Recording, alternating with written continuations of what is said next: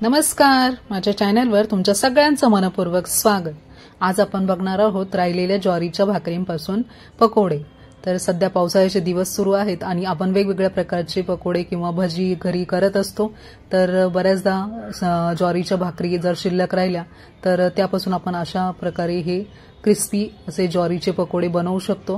रेसिपीला सुरुवात करण्याआधी मी तुम्हाला सगळ्यांना एक रिक्वेस्ट करते, जे कोणी माझ्या चॅनलवर नवीन असतील त्यांनी प्लीज माझ्या चॅनलला सबस्क्राइब करा आणि शेजारीच बेल आयकॉनचं बटन असेल तर तेही प्रेस करा, जेणेकरून माझ्या नवीन व्हिडिओचे नोटिफिकेशन तुम्हाला मिळत जातील। तर रेसिपीला आपण सुरुवात करूया। इथे काही ज्वारीच्या भाकरी शिल्लक आहेत। आता ह्या ज्वारीच्या भाकरी मी मिक्सरमधनं बारीक करून घेणार आहे। यासोबत आपल्याला लसूण बारीक करायचा आहे। तुम्ही जर या रेसिपीमध्ये हिरवी मिरची वापरणार असाल, म्हणजेच हिरवी मिरचीचे पकोडे बनवायचे असेल तर भाकरी जेव्हा बारीक करणार असाल तेव्हाच हिरवी मिरची आणि लसूण यासोबत बारीक करायचा आहे। मी यामध्ये लाल तिखट वापरलेला आहे, त्यामुळे मी फक्त लसूण यामध्ये वापरलेला आहे बारीक करण्यासाठी। आणि हे दोन्ही व्यवस्थित मी असा बारीक चुरा करून घेणार आहे त्याचा। इथे बघू शकता तुम्ही, अशा प्रकारे आपल्याला तो बारीक चुरा करून घ्यायचा आहे।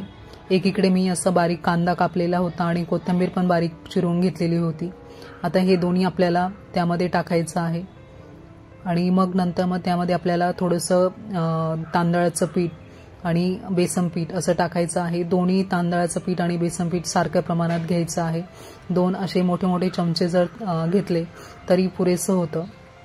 आता त्यामध्ये तुमचं भाकरी किती शिल्लक आहे त्या अंदाजानुसार तुम्ही घ्यायचं आहे। आता इथे मी 2 भाकरींच्या याच्यानुसार अंदाजानुसार हे सगळं प्रमाण घेतलेलं आहे। त्यानंतर चवीपुरतं थोडंसं मीठ टाकलेलं आहे आणि मग नंतर मी त्यामध्ये थोडंसं लाल तिखट टाकणार आहे। मी हिरवी मिरची वाटलेली नव्हती, मी लाल तिखटचेच हे पकोडे बनवणार आहे, त्यामुळे मी नंतर लाल तिखट यामध्ये ॲड केलेलं आहे।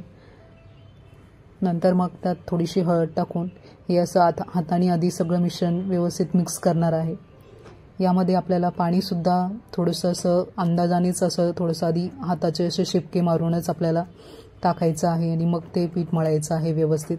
इथे तुम्ही बघू शकता सगळं मी असं थोडंसं पाणी घेऊनच ते नंतर मग ते मिश्रण व्यवस्थित मळलं आहे। अगदी जसं आपण पीठ मळतो तशाच पद्धतीने थोडंसं मळायचं आहे आणि मग त्याचे असे आपल्याला गोळे बनवून घ्यायचे आहे। तुम्ही कोणत्याही प्रकारचे बनवू शकता, कोणत्याही शेपमध्ये। इथे मी 2 शेपमध्ये त्याचे पकोडे असे बनवून घेतलेले आहे आणि मग ते तळलेले आहेत। एकीकडे मी कढईमध्ये तेलसुद्धा तापायला ठेवलेलं आहे। यामध्ये ऑलरेडी भाकरीचा आपण चुरा केल्यामुळे त्याला थोडंसं मॉइश्चर प्राप्त होतं आणि कांदाही असतो, त्यामुळे लगेच ते शेप आपल्याला तयार होतात। इथे बघू शकता तुम्ही कढईत आपलं तेल तापलेलं आहे आणि माझे शेपसुद्धा बनवून झालेले आहेत पकोड्यांचे। 2 प्रकारचे मी शेप बनवलेले आहेत इथे।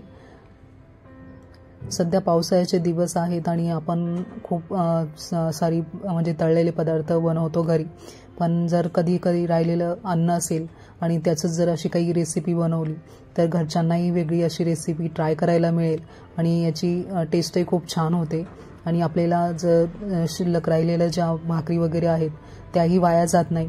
त्यामुळे ही रेसिपी तुम्ही नक्की ट्राय करा आणि मला कमेंट करून सांगा तुम्हाला ही रेसिपी कशी वाटली ते। मी केली तेव्हा तर मला तर खूपच छान वाटली आणि घरच्यांनाही, त्यामुळे तुम्हालाही आवडेल। आणि व्हिडिओ जर आवडला तर एक लाईक नक्कीच करा। अशा प्रकारे आपल्याला हे पकोडे तळून घ्यायचे आहेत। आपले राहिलेल्या ज्वारीच्या भाकरींपासून असे हे पकोडे रेडी आहेत। यासोबत तुम्ही कोणताही सॉस वगैरे सर्व केला तरी छान लागतात किंवा अगदी तसेच खाल्ले तरी चांगले लागतात, कारण ऑलरेडी याच्यामध्ये आपण लाल तिखट वगैरे टाकलेलं असतं। अशा प्रकारे आपले ज्वारीच्या भाकरींपासून पकोडे रेडी आहेत। चला तर मग भेटूया अशाच नवीन रेसिपीमध्ये। तोपर्यंत मस्त खा आणि स्वस्त रहा। थँक्यू।